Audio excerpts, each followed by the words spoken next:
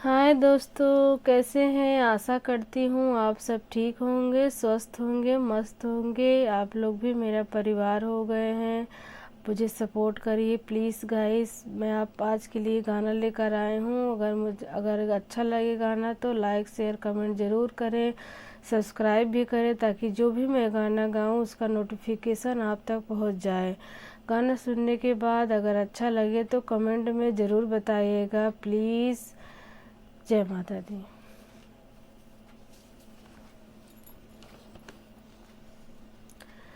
मैया मोरी आजा, दरस दिखा जा। मैया मोरी आजा, दरस दिखा जा। मोके चाही नाही चंदवा तरहिया चरनिया पूजब जन्म भर हो।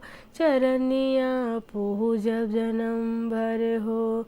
चरनिया पूजब जन्म भर हो। चरनिया पूजब जन्म भर हो। मैया मोरी आजा, दरस दिखा जा। मैया मोरी आजा, दरस दिखा जा। मोके चाही नाही चंदवा तरहिया चरनिया पूजब जन्म भर हो। चरनिया पूजब जन्म भर हो। निमिया की डरिया झूमे दुआरी, गोबर लिपाए अंगना ओसारे। निमिया की डरिया झूमे दुआरी, गोबर लिपाए अंगना ओसारे। हावन करे अइले बाभन ललनवा, कबले तू देबो माई दर्शनवा। मनवा बहर से जियरा बतर से। मनवा बहर से जियरा बतर से।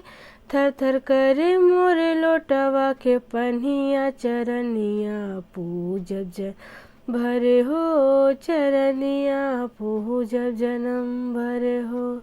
चरनिया पूजब जन्म भर हो। चरनिया पूजब जन्म भर हो। मैया मोरी आजा, दरस दिखा जा। मैया मोरी आजा, दरस दिखा जा। मोके चाही नाही चंदवा तरहिया चरनिया पूजब जन्म भर